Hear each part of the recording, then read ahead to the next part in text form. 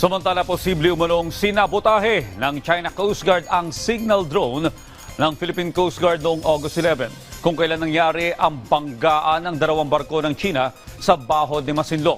Tiniyak naman ng PCG na may ginagawa na silang mga hakbang para hindi na maulit ang signal jamming. Sinowal Talakay sa detalye. Ang hindi paglipad ng drone ng Philippine Coast Guard ay posibleng dahilan ng pagsagawa ng signal jamming ng China Coast Guard. Ito'y ayon mismo kay Commodore Jay Tariela, tagapagsalita ng Philippine Coast Guard o PCG para sa West Philippine Sea. Dahil dito, sinabi ni Tariela, walang mga drone shot noong August 11 kung saan nagbanggaan ang dalawang barko ng China habang nagsasagawa ng resupply mission ang PCG at ang mga barko ng BFAR sa Baho de Masinloc. Ayon kay Tariela, ito ang kauna-unahang nangyari na walang drone shot ang PCG sa nasabing misyon. I think a lot of media who had the experience of being embedded sa ating Coast Guard vessel are aware that we always fly our drone, especially if we are subjected to dangerous maneuver. Dahil dito, ayon kay Tariela, may ginagawa ng hakbang ang PCG para hindi na ito maulit pa. These are things that we are currently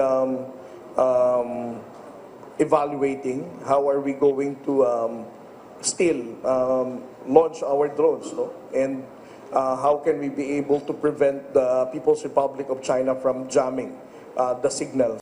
Nagbigay naman ng pahayag si Tariela kaugnay sa isang Chinese news article kung saan sinasabi rito na nagpapanggap lang umano ang PCG sa pagsusupply ng fishing boat para illegal na mga pasok sa Baho de Masinloc o tinawag sa nasabing article na South China Sea.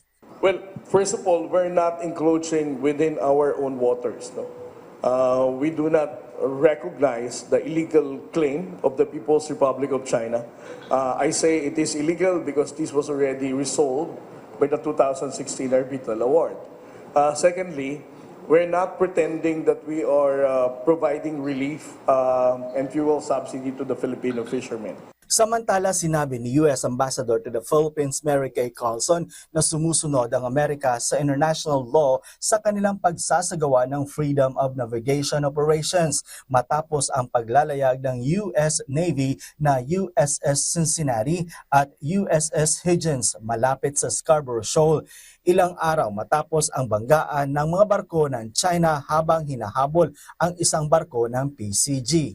It's very sad to see what was likely some loss of life in that collision by the PLA Navy vessel and the Chinese Coast Guard vessel. We are certainly lament any loss of life that may have occurred.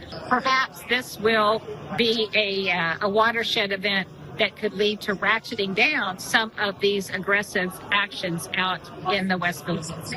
Nagpahayag din ng pagkabahala ang US sa mga agresibong aksyon ng mga barko ng China sa maritime territory ng bansa at nauuwi sa mga aksidente. Iginiit naman ni Tariela na hindi magbabayad o walang pananagutan ang PCG sa nangyaring banggaan ng dalawang Chinese vessel dahil hindi naman ito kagagawan o hindi naman PCG ang dahilan ng kanilang banggaan. Noel Talakay para sa Pambansang TV sa Bagong Pilipinas.